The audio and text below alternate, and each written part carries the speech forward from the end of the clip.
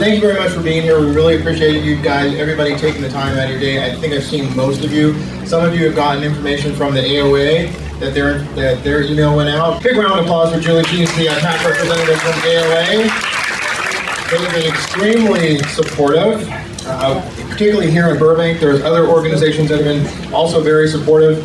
There's, I think, a really important person that just walked into the room. He has been on our side, fighting behind the scenes as Councilmember Christopher Rosati. On that same note, one of the things I think is really critical to talk about and to mention is one of the things that's happening behind the scenes that you don't see it very often is Councilmember Zizette Mullins. So Councilmember Mullins has been working as hard for our issues, for our cause, to have a fair and a very balanced approach to tenant protections and rent control.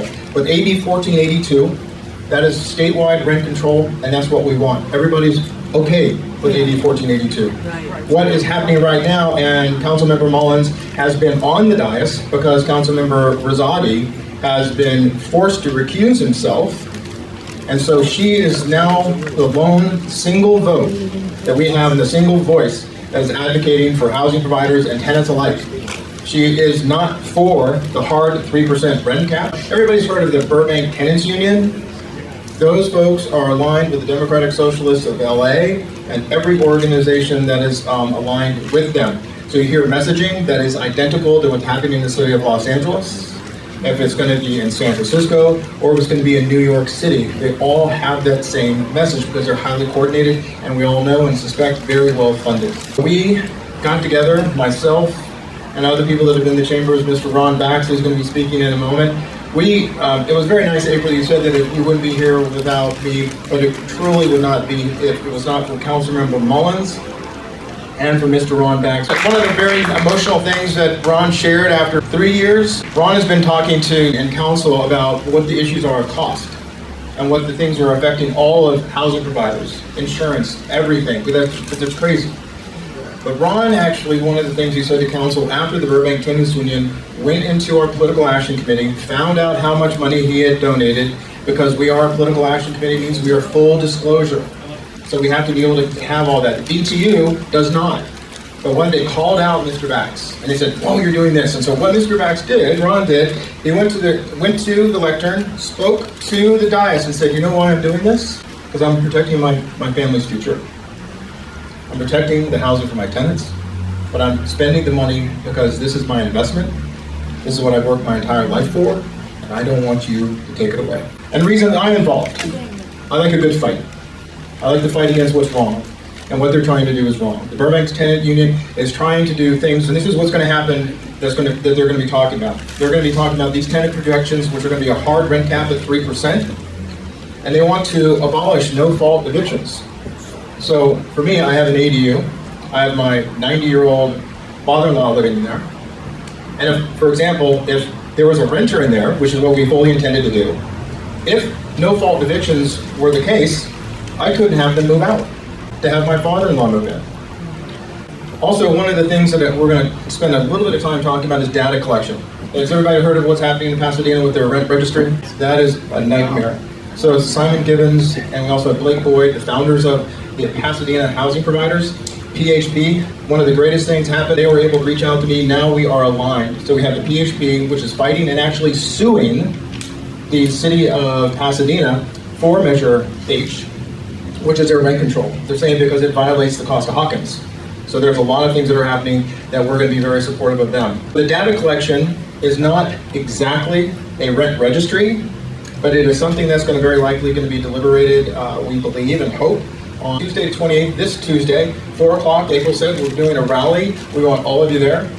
We want all the signs because that's this conference, this press conference, this media conference that we're doing right now is going to be able to create that B-roll, those little samples of what our speakers and myself are going to be talking about. We're going to send to all the news agencies to say, guess what? We're going to have a fight. Also, universal just cause is going to be likely brought up. And this is one of the things that we're really afraid of. Because if you own a home, you have an ADU, you're not necessarily covered by AB 1482. But what they want, what they're going to deliberate, and what the BTU wants, is they want to be able to say it's universal. Universal rent control. You own a house, you have an ADU, you have anything. If you're renting it, you're going to have to then register it. And you're going to have to be controlled by it. That's ultimately what they want.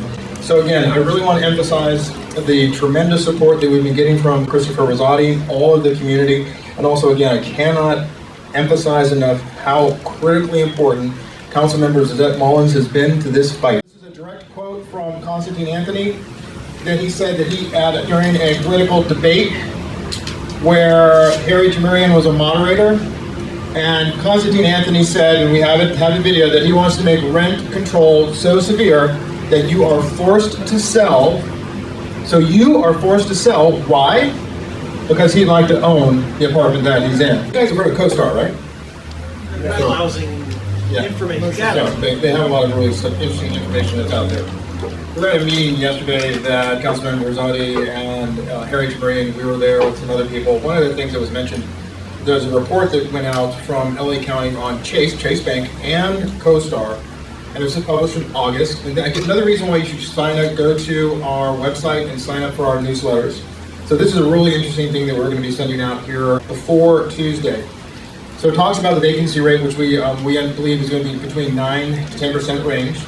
Burbank is one of 36 separate markets that makes up the greater LA County multifamily residential real estate market. Now on this document, which reference page 26 and 27, Burbank is one of 9 markets out of the 36 that had negative rent growths. Rents went down. This is real current data. Does the City Council, have they once asked for that information? Not one freaking time. They don't care. Burbank offered the highest rate of rental concessions of the 36 marketplaces in LA County. Burbank was number 1 in rental concessions. Burbank had the second highest vacancy rate, 8% to 9%, in all of LA County, which was second only to downtown LA. Our vacancy rate is only second downtown LA. So the comment here is that Chase basically has no agenda. This is just data that's out there. One of the things that we've been doing, and again, one of the reasons I wanted to bring this out here and bring it to your attention, and why it's so important for you to stay connected to our information, to our website, and to our newsletters, is that this is the kind of crap that they're putting out there. Rennie in council, everybody who's spoken here today has been in Burbank City Council and has made public comment to the Burbank council members, and we really appreciate that. There's other people here too, like Steve Roman is the current president of the Burbank Association of Realtors, and again, we could not be here without them and without their support, because the BAOR has been a great advocate. The other thing is just the fact that you're here and taking all this time to listen to this message, I think is very, very important. I want to end with this one thing. One of the reasons that I'm really active and so passionate about this is that the city council members, Mayor Nikki Perez, Council Member Constantine Anthony, and particularly Vice Mayor Tomo Takahashi, have not been listening to us. They have not been looking at the data. They have not been gathering the information that is critical to make a balanced and fair decision, and that's what we want. We want to be heard, and we want them to be fair.